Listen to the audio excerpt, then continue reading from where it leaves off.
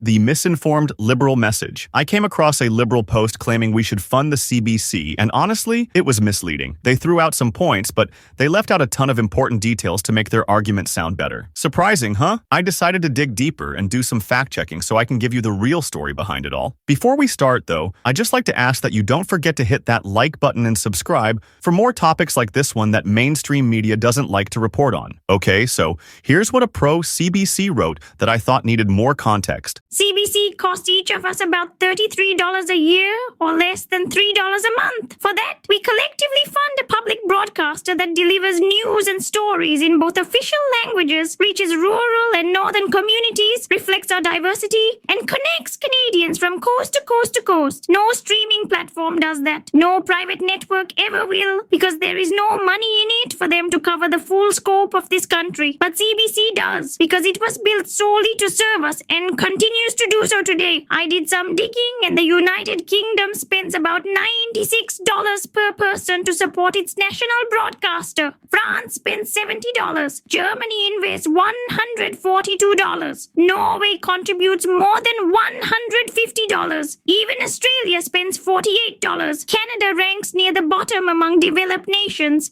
Yet, for some reason, we continue to expect CBC to do way more with far less. There is this odd narrative out there that our public broadcaster is too expensive, and somehow that has become folklore. But folklore is not fact. Somewhere along the way, the misconception replaced the reality, and we are at risk of forgetting the cultural value and importance of what we have. At the same time, many foreign-owned media platforms operating in Canada benefit from taxpayer-supported programs like the Canada Media Fund. But when it comes to public scrutiny, CBC bears the brunt of the criticism. That disconnect is worth examining. CBC is the only platform built to serve Canadians everywhere, with a mandate to put the public interest first. It exists to reflect our voice back to us, not someone else's. I learned and continue to learn about Canada through CBC. That's true for millions and millions of us. Today, I am proud to be part of it through Dragon's Den, when entrepreneurs from every town and city see their ideas reach a truly national audience. It creates opportunity and optimism in every corner of this country. The reach and impact of a show like Marketplace, Murdoch Mysteries,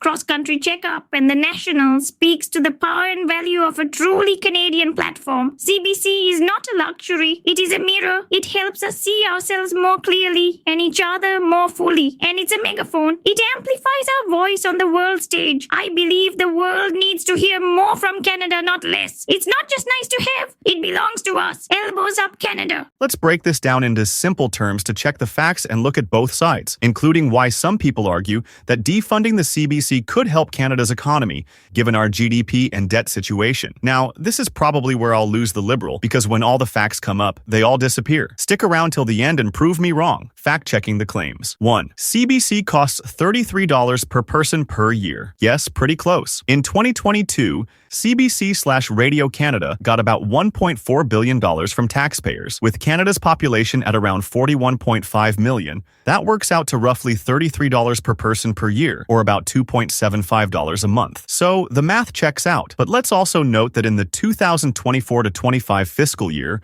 CBC/Radio Canada received approximately $1.38 billion in government funding through parliamentary appropriations. This accounts for about 70% of its budget, with the remainder from self-generated revenue, like advertising. An additional $42 million was allocated in the 2024-2025 federal budget for news and entertainment programming. What's the context? While $33 sounds small, it adds up to a big chunk of money, $1.4 billion annually. Some folks argue that's a lot for a broadcaster when private companies like CTV or Global provide news and shows without taxpayer money. 2. CBC delivers unique services. No private network or streaming platform can match. Is this true? Partly. CBC does serve rural and northern areas, broadcasts in English and French, and covers Indigenous and minority communities, which private networks often don't prioritize because it's not profitable. For example, CBC spent $18.3 million on Indigenous language programming from 2018 to 2021. What's the other side? Critics say private media, like Aboriginal People's Television Network, APTN, Omni TV, or Red FM, also serve diverse communities without costing taxpayers as much. APTN, for instance, got only $1.7 million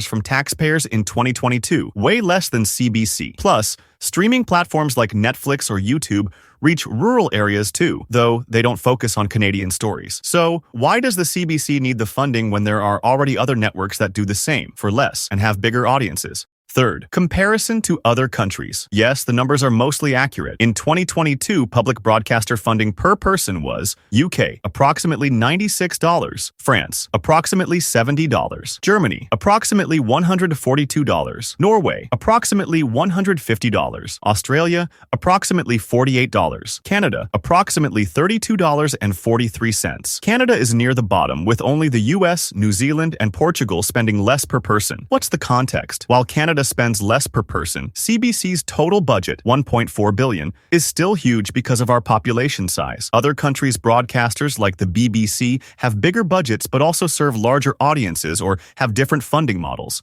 The UK's TV license fee. Critics argue CBC doesn't need as much money since private media already compete in news and entertainment. 4. CBC faces unfair criticism compared to foreign media. There's some truth here. Foreign platforms like Netflix benefit indirectly from Canadian subsidies like the Canada Media Fund, but don't face the same public scrutiny as CBC. CBC's mandate to serve all Canadians makes it a lightning rod for criticism, especially from those who see it as biased or wasteful. What's the other side? CBC's critics argue it's not about foreign media, but about fairness. Private Canadian media don't get $1.4 billion in taxpayer money, yet they still produce news and shows. Some say CBC competes unfairly by using public funds to attract advertisers, taking revenue from private companies.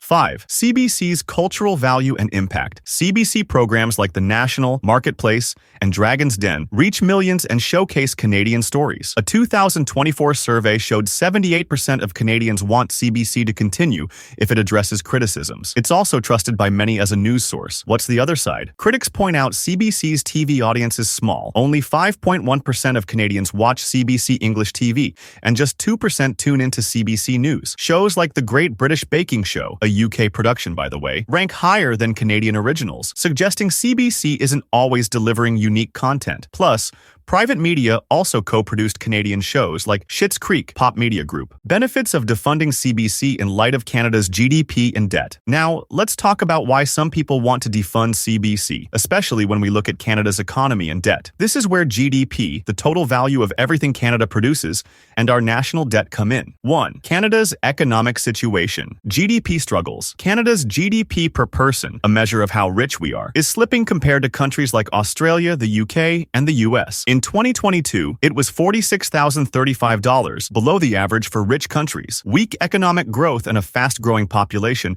are making us collectively poorer. Huge debt. Canada's federal debt is massive, over $1.4 trillion, with debt charges interest payments costing $46.5 billion in 2023 and expected to hit $60.7 billion by 2028. That's more than we spend on the military. Household debt is also high, with Canadians owing more than the entire economy's value.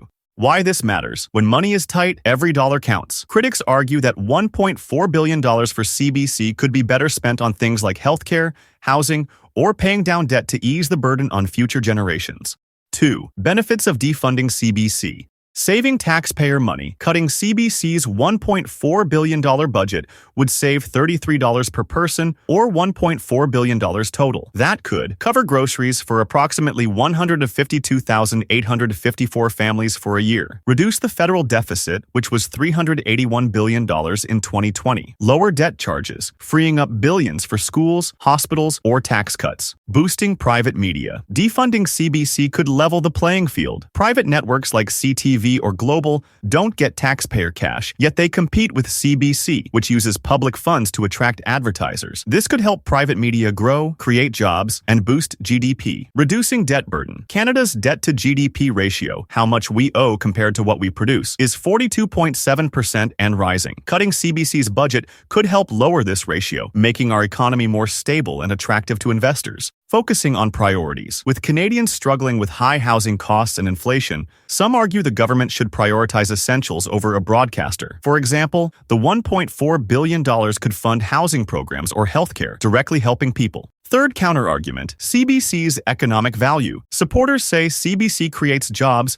and supports the creative economy. Film, TV, music. Defunding it could hurt artists and industries, potentially slowing GDP growth. However, critics counter that private media could fill the gap, and the $1.4 billion saved could be redirected to other job-creating sectors like infrastructure or tech with a bigger economic boost. Summing it up, the claim that CBC costs $33 per person and delivers unique services is mostly true. It does reach rural areas, serve diverse communities, and promote Canadian culture, often in ways private media don't. The comparison to other countries is also accurate. Canada spends less per person on public broadcasting than the UK, France, Germany, Norway, or Australia. However, the idea that CBC is unfairly criticized has another side. Private media compete without taxpayer funds and still deliver Canadian content. On the flip side, defunding CBC could save $1.4 billion a year, a big deal when Canada's debt is over $1.4 trillion, and interest payments are eating up billions. That money could help pay down debt, fund healthcare, or support housing, potentially boosting our struggling GDP. But supporters argue CBC's cultural and economic contributions are worth keeping, and defunding it